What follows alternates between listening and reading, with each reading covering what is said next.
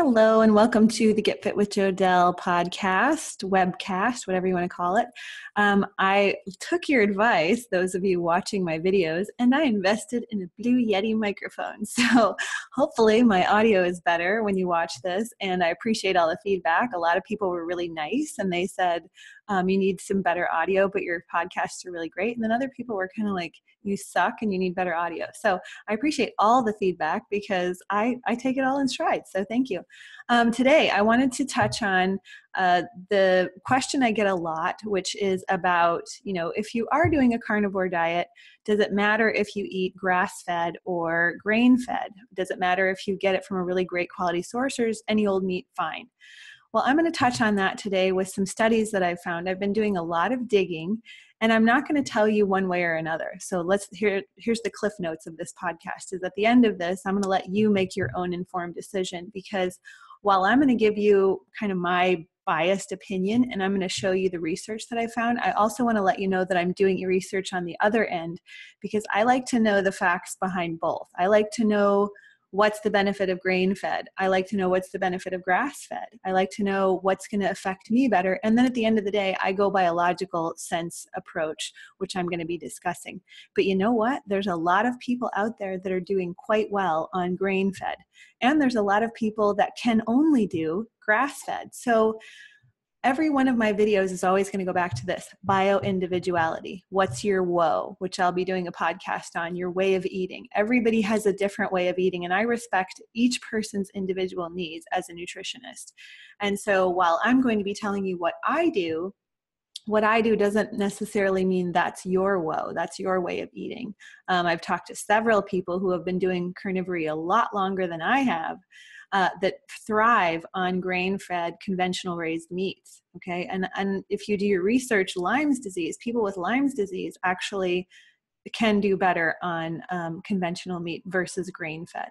And then I have a client who every time he eats conventional meat, he throws up, but when he eats grass-fed meat, he doesn't. So each person has to resonate with what their bio-individuality is. But I do want to give you the research that I've looked at, because I think it's important to know what is out there with regard to this, which isn't much. They haven't done a lot of research on grass-fed versus grain-fed and the benefit or the detriment or the shelf life. I can only find a handful of studies, which I'm going to be showing you.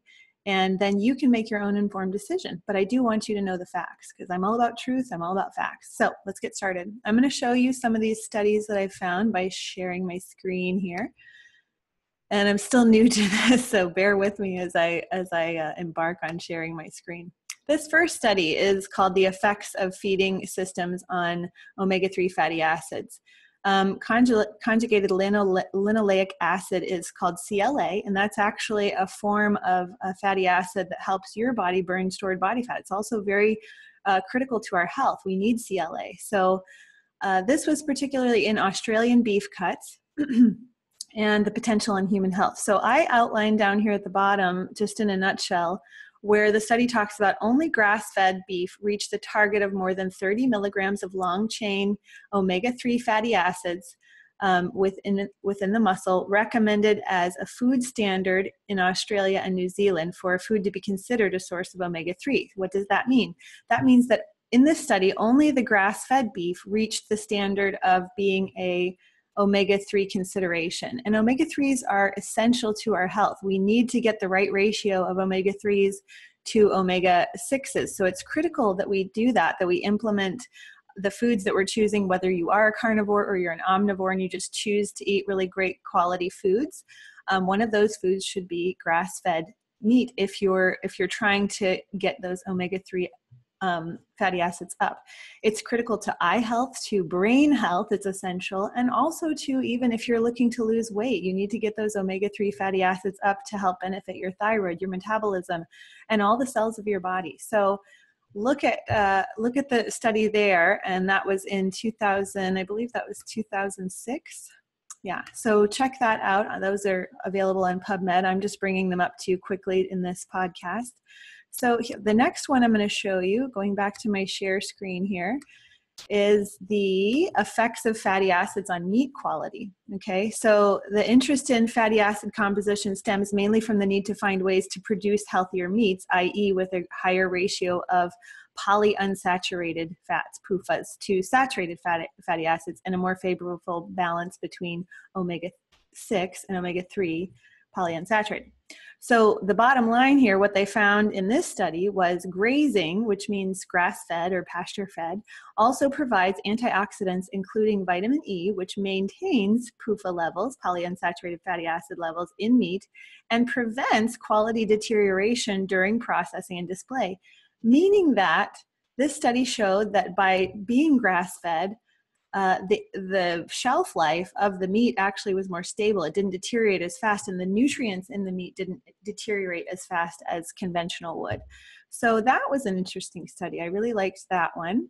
I'm going to go into the next one here. So let me just come back to my screen. So these were all, it took me like an afternoon one day to really like dig in, and I spent the whole afternoon looking for just what I wanted to share with you guys so that some of your questions get answered. So this one was the effects of conventional and grass feeding systems on the nutrient composition of beef. So basically, what's healthier, the grain-fed or the grass-fed?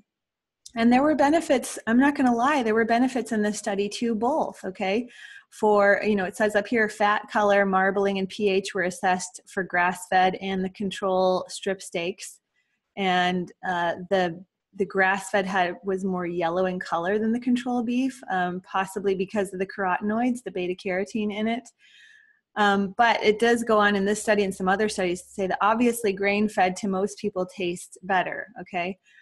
I did like this aspect for both the ground beef, the grass-fed ground beef and the strip steak. The grass-fed had significantly less content of monounsaturated fatty acids and a greater content of saturated fatty acids, omega-3 fatty acids, CLA, and transvicinic acid than the control sample, which was conventional. So across the board here, it had a better fatty acid composition, and especially with regard to saturated fats. Now, a lot of people poo-poo saturated fats, but if you've read The Big Fat Surprise by Nina Teicholz, you'll know that all of the studies coming out now are saying, oops, we were wrong. Like saturated fat actually can be a really good thing for your health. And it turns out that trans fats are actually the problem, okay, which is processed foods.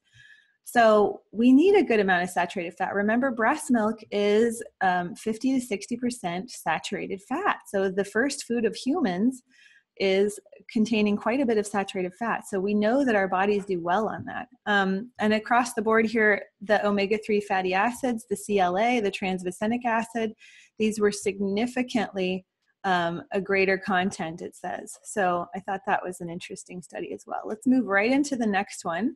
So this one was titled The Effects of Grass-Based and Concentrate Feeding Systems on the Meat Quality Characteristics and the Fatty Acid Composition of the Longissimus Muscle in Different Cattle Breeds. I hope I say that right, because you'd think as a personal trainer I'd be able to say the muscle, but I think I did, longissimus, yeah.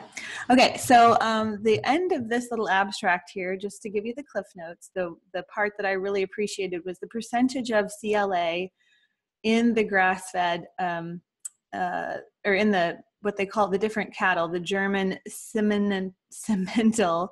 They had German Holstein, and then they had German Simmental type of cattle. So these were just the types of cattle they studied. The CLA, okay, in the muscle was significantly higher in the animals that were on the grass-based system. So this study was basically two types of cattle, but one was fed grass-fed and one was fed grain. And they tested the CLA content, that conjugated linoleic acid, and they found that it was better in the grass-based. There's going to be a lot of studies that talk about CLA being better in the grass-based. However, I did want to point out something to you guys, the significance here, okay? Grass-fed 0.87, grain-fed 0.72, okay? Grass-fed in the other type of cattle, 0.84 versus 0.75.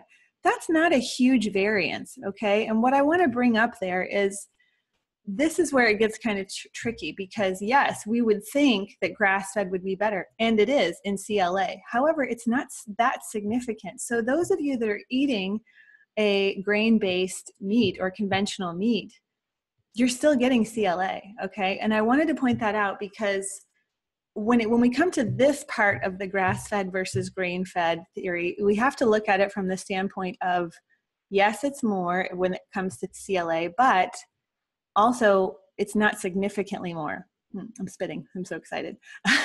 It's just a little bit more. And that means that if you can only afford conventional, and ethical purposes of like animals being humanely raised isn't a big deal to you, because I know sometimes it's not. To me, it is. I want an animal that's been humanely raised and treated right and been able to be in the sunshine and had, exposure to its little friends and played with its babies out in the field and stuff. That's important to me. But to some people, it's not. To some people, they just see the animal as an animal that, is future food.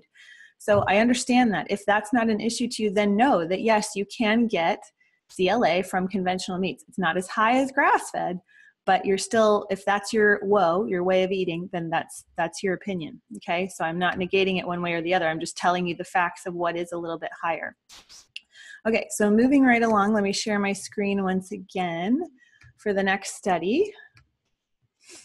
And it is the effects of pasture versus concentrate feeding with or without antioxidants on carcass characteristics, fatty acid composition, and quality of Uruguayan beef. And again, I might not be saying that right, but I'm not an eloquent speaker. I'm just a podcaster. Okay. So, but basically they did it on carcasses. They were testing the concentrated, with or without being fed antioxidants, because some cattle are given vitamin shots and injections and things like that.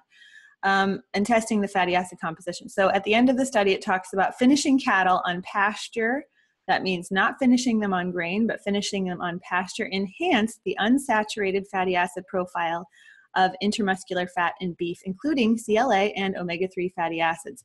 So once again, we have a study that quantifies the content of CLA as higher in grass-fed than grain-fed. And this study in particular also pinpointed the effects of finishing them, so being grass-fed, grass-finished versus grain-finished. So I really appreciated that somebody did a study on that as well.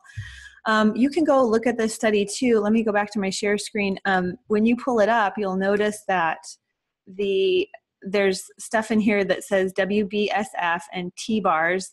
These are typically values of measuring the oxidative quality of the meat. So somewhere in here, I can't remember where it was, but it said that the T-bars activity actually wasn't as bad, which means the oxidative stress wasn't as bad in the grass-fed or the pasture finished meat. So that was interesting too, that we don't want to eat a lot of oxidated meats. That can be detrimental to our health too. So that was just something I wanted to point out to you. Oh, these are my notes that I'm showing you now. So, so these are, if you ever want this list, I'm going to put this down in the show notes, and that way you'll be able to see that as well. Okay. So let me go back to the next slide before I share my screen one more time. So the next one is going to be called fatty acid composition, including the CLA and the intermuscular fat from steers offered grazed grass silage, and then concentrated based diet. So let me share that with you. Just kind of building the anticipation for this one. So basically the effects of grass or grazed grass silage, meaning I believe this means that it was stored, or something like they would bring alfalfa out or something like that after they'd stored it. And the concentrates of fatty acid composition and conjugated linoleic acid concentrates in the intramuscular fat of steers to achieve similar carcass growth rates were investigated. Okay, so the data indicated that intramuscular fatty acid composition of beef can be improved from a human health perspective by inclusion of grass in the diet. So this study was interesting because they're saying that our health can be improved if there's an inclusion of grass in the diet. So here's where I stop sharing and go back to what I know, is that not all conventional meats are strictly CAFO, meaning they're in a feedlot and they don't see the light of day, or they don't go out and graze. actually, from what I've discovered, quite a bit of conventional raised meat does have access to graze on farms and be outdoors and get grass and things like that. So it doesn't mean that they're just fed corn and soy and all this genetically modified stuff. They perhaps, in some cases, in some farms, in some venues, in some beef industry feedlots, they do have access to grass. So we can't, watch something like Food Inc. and think that that's the way that every single conventional farm is. It's not true. A lot of these documentaries have to want to sell the documentary, so they have to sensationalize things a little bit, meaning that they're going to find the worst case of the worst and show you that, so that you have to go, oh my gosh, I'm never eating conventional again. I did that. When I watched that video, I was like, oh, I can't believe that this is how conventional is.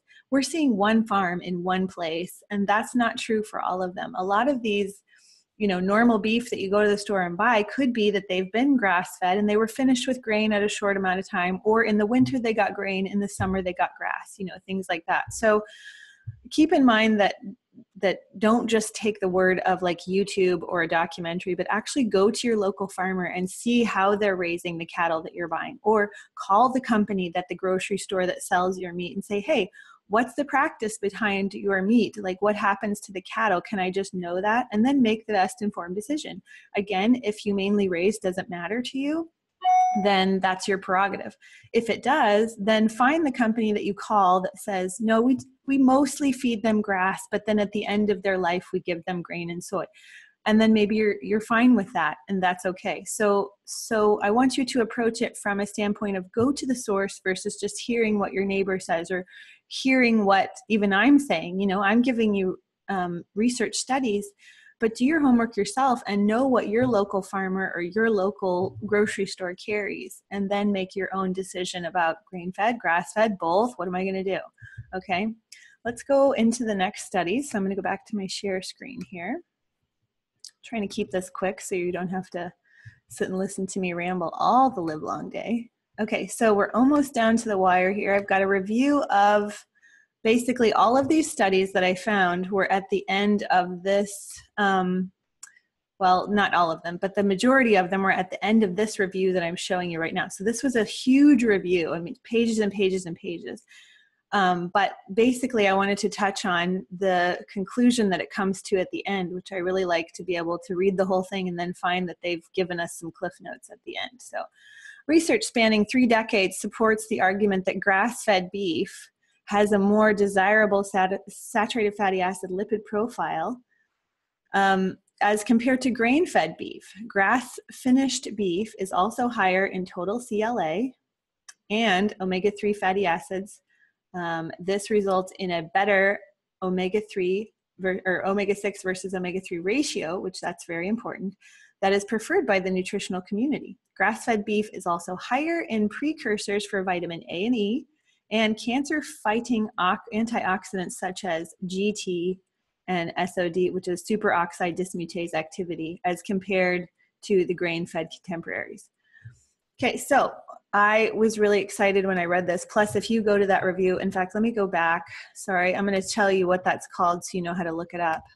It's a review of fatty acid profiles, I believe, but let me just take you back to the top here and show you that. So, a review of fatty acid profiles and antioxidant content in grass-fed and grain-fed beef. This was a study in 2010 from the Nutrition Journal.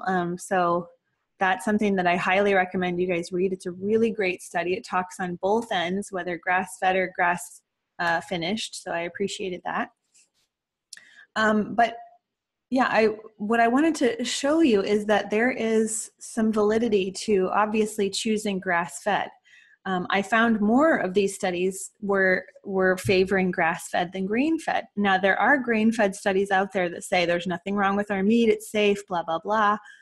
That's a handful of studies I also found, but that was more along the lines of it being safe. As far as nutrient content, we can't argue that based on these studies I pulled up so far that the conjugated linoleic acid isn't higher in grass-fed. I mean, that's coming across the board here. And that the fatty acid profile of the meat is better. And coming from a nutritionist standpoint, fatty acids are extremely important. Know that you're doing yourself a service by, if you do choose to purchase grass-fed. From a humane standpoint, you're also telling my screen keeps going dark. You're also telling our food system that humanely treated animals is more important to you than just, feed them whatever, stick them wherever, do whatever you want with them.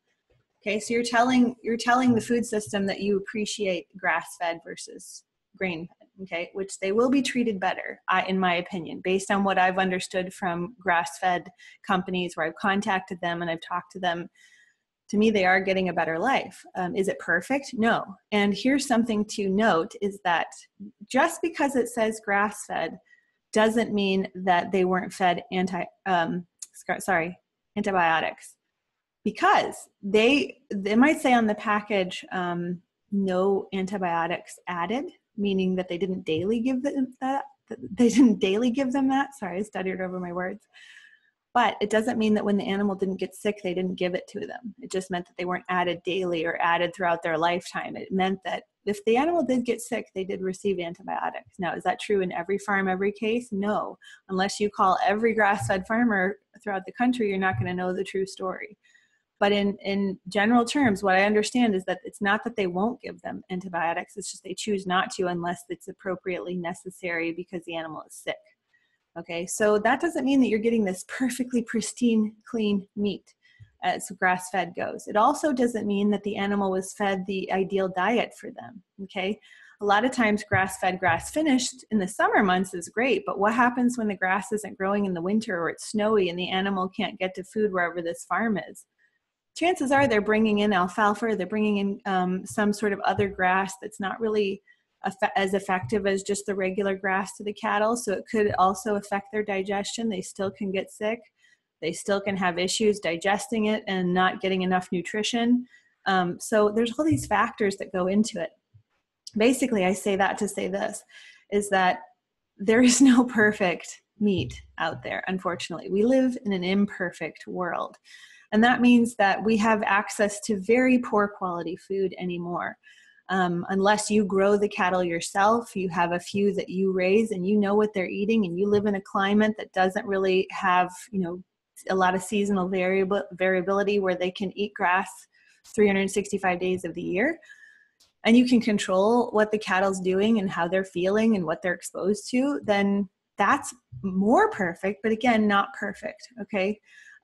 We just don't live in a perfect system to create the perfect meat. However, there's more optimal and less optimal. There's more nutritious and less nutritious. Sorry, it's just going to go dark. I don't even care anymore. And there's more chances of you getting nutrition from grass-fed based on what I see than grain-fed. But that doesn't mean that that has to be your go-to. And if you're that individual, like the individual with Lyme's, or like some of my friends I've talked to that can't do grass-fed, or they don't like the taste of it, so they're simply not going to do it. Some people just don't like the earthy taste of grass-fed meat, and that's okay. Know thyself and know that your way of eating could be different from your neighbor's, but you have to do what's right for your body. And at the end of the day, if you have joint pain and inflammation and headaches and migraines and digestive distress and you're eating grass-fed, maybe it's not working for you.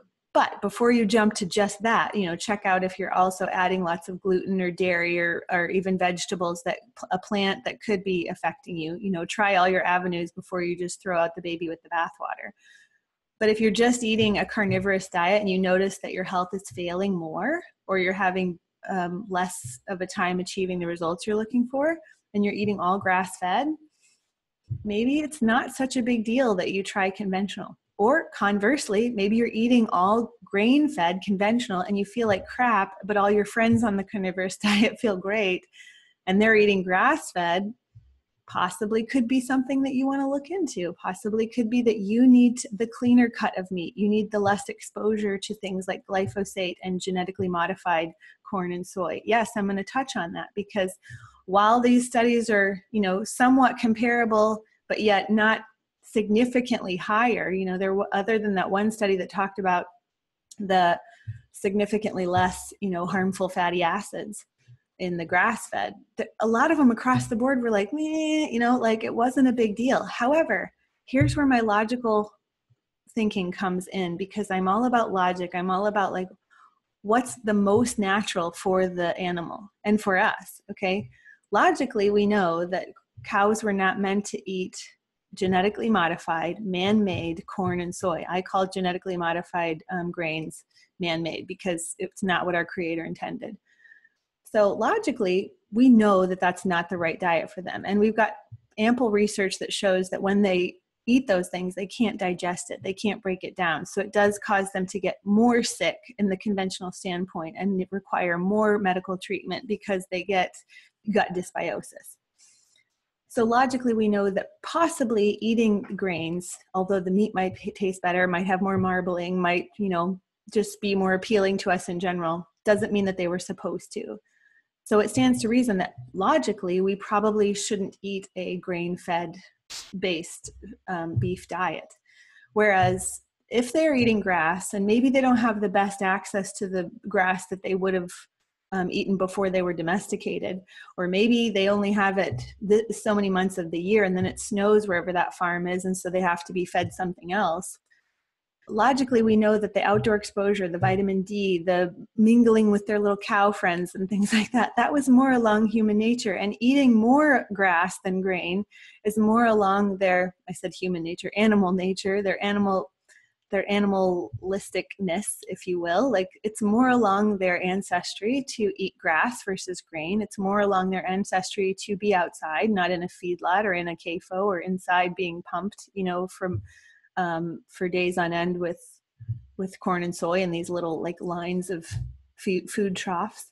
It's more along the lines of them to be with their little cow friends and feeding their babies and being outside and walking the land and conversing the earth and getting grounding. Do you know all those things affect the cattle as well? Like the free electrons that they're getting, I believe, ends up in the meat that we're getting. So by them being on the earth, getting vitamin D, being outside in their nature, keeping them low stress, because a feedlot could be very stressful to them, but being outside in the sunshine and being able to lay down and being able to be with their little clan is less stressful. So in my opinion, all that plays into the meat that we're eating. And that's why I wanted to bring it up. So that's my biased opinion. That's not research. That's not anything I've looked up, but that's my way of eating. I've chosen that I can't look the other way and know that they're spraying these fields with glyphosate and then they're giving the cows genetically modified corn and soy, and that's okay. For some people that is okay, but it's not for me, because I want the animal to be in its most natural environment and feel its optimal. That's my way of eating. If that's not your way of eating, know that you can get, number one, based on my last video, you can get all the nutrition you need from a carnivorous diet. But if you choose to eat vegetables, that's your way of eating. That's cool. If that resonates with you and you feel really good doing that, there's no reason you can't. Okay. Just know that you can get all your nutrition from the grass-fed or just the beef in general. Okay. They're high in all of the A, D, E, and K. They're high in B vitamins. So, across the board, you're getting all the nutrients you need, and they still have, grass-fed especially, has vitamin C. So you're getting vitamin C too. So no issues with scurvy. Okay. So I wanted to leave you with that, and hopefully you'll do some of your research and look up some of these studies too for yourself and know what your woe is. What's your way of eating? What's going to work for you financially? What's going to work for you ethically? What's going to work for you health-wise and make you feel the most optimal? Stupid screen. Now I'm going to get little comments of, your audio is really good, but I can't see you half the time. So it's fine. You don't need to see me. I'm just podcasting so that you can have somebody relay information to you. I'm digging for you so you don't have to dig. But that's it with a caveat. I want you to dig. I want to show you these things so that you go and start digging for yourself and finding the research for yourself too. I will be doing another one of these because I'm not done digging yet. I wanted to put that out there, that I wanted to look more into the grain side aspect of this. I want to know both sides. I can see clearly that grass-fed has its benefits, but I want to make sure I'm not missing something with conventional meat. So I am going to look deeper into that. I'm going to leave you with one more study, because the next thing I'm going to look into deeper as well is not just the nutrient quality of the meat. Let me go to my share screen here. but also the use of antibiotics in the meat. In one of my last videos, I talked to you guys about how 80% of antibiotics that are used in the general public are used in animal use. Okay, so here's the study that brings that up. Approximately 80% of the overall tonnage of antimicrobial agents sold in the United States in 2012 was for animal use. Okay, and this report describes how antimicrobial agents are used in animal agriculture, reviews the mechanism of how such use contributes to the development of resistance, and discusses U.S. and global initiatives to curb the use of antimicrobial agents in agriculture. So I wanted to have you look this up and read this too. It's kind of a long study, but it's a really great one. Non-therapeutic use of antimicrobial agents in animal agriculture, implications for pediatrics. So there's a lot that goes in here about the antibiotics in meat and how it affects our children. Okay, that's super scary. So I want you guys to know that for yourself and make an informed decision about what meat you're going to choose. Based on not only your health, but the health of your children and your potential children. Maybe you don't have children yet, but you're going to. Everything that you do now affects the offspring that you're going to have. So just know that in advance. Look up the Pottinger study, look up, and if you don't believe me on that, go to Weston A. Price talks about in his studies too. So that's something I'm also going to be digging into, is the antimicrobial use, the hormone use, to see how that affects us. There's all these factors that go into what meat should we choose, not just based on nutrient standards, but the glyphosate that's sprayed on the ground that the cows might be eating, even if they're conventional and they get out access to the outdoors, the grains that they're fed, the way that they digest, the antibiotics that are used, the vitamins that they're pumped with. Maybe those are synthetic vitamins that could also affect us, whether it's grass-fed or grain-fed. If they're pumping them full of a synthetic vitamin, that can make us sick too if we're not used to that. It could be an overabundance of something and cause a vitamin toxicity. Okay, so there's so much that goes into this, and I don't want to overwhelm you guys. I want you to do your homework. And then at the end of the day, wash your hands of what you can't control. You can't control that the grass-fed, grass-finished still could be using some antibiotics. And I'm not saying all of them are, but it's a possibility that many do. And then wash your hands of the fact that we aren't always able to know precisely where the cattle's coming from, what it was exposed to, what's the issue behind it. But we can make the best decision for our health and do the best we can and do the homework that we can do. And at the end of the day, meat, I will say across the board, is going to be more nutritious for human beings than just a vegan diet. And I know a lot of people are giving flack to the carnivorous community, or just omnivore community in general gets it too. I'm not saying it's just the carnivores, but just people that preach a Weston A. Price way of eating, where you include more saturated animal products. They're getting flack from the vegans, and that's okay. You guys are entitled to your opinion. You're entitled to what works for you. That's your way of eating, and I'm not going to negate that. But just know that from the beginning of Weston A. Price's journey, we know that people that eat animal products thrive better. There's research on that for eons of time. If you don't do well with it, that's okay. Maybe you need to see a nutritionist and get your stomach acid level up, because it could be that simple. It could be that you're just low on stomach acid. And know that if you're the type of individual that craves meat, but yet you choose the meatless options that look like meat, chances are your body's actually asking for something, okay? It's actually asking for animal protein, and you're just kind of giving it the meatless Monday aspect of the Boca burger or something. I'm not saying that's wrong or bad, but just listen to your inner body and trust your inner knowing when it says, you know what, I'd kind of like a burger.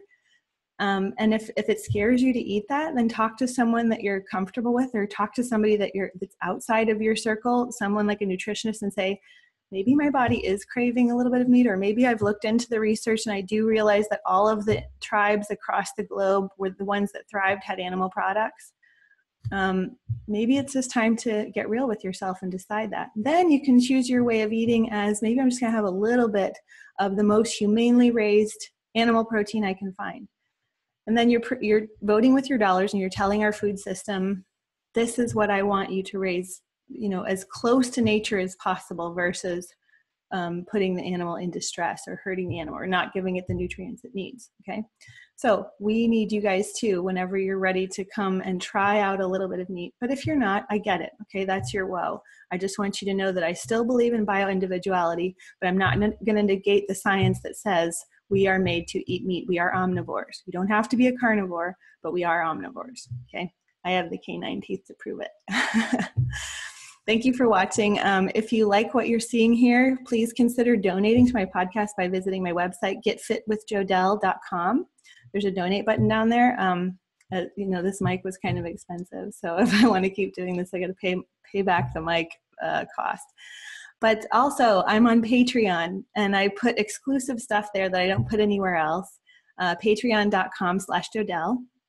And that will get you exclusive access to the videos that I don't put on YouTube. Okay, so there's more content for you behind the scenes if you want to come join me at Patreon. So any amount is appreciated, whether you're just going to come follow me there, you won't get the exclusive stuff, or if you want to come be a patron for as little as $1 a month, which is $12 a year, which you get unlimited content and some of my free meal plans that are available on my website as well. So just wanted to market that a little bit. And with that, I'm going to let you go and say thank you for watching. And please leave your comments below. I'm happy to respond to them. And negative or positive, I don't care. I'm not someone that really cares what people think. I'm still going to put these out. So, and now I have a better quality mic for you guys. So, and hopefully I'll get some better lighting so that my video quits shutting off. Okay, I'm going to stop rambling. Have fun.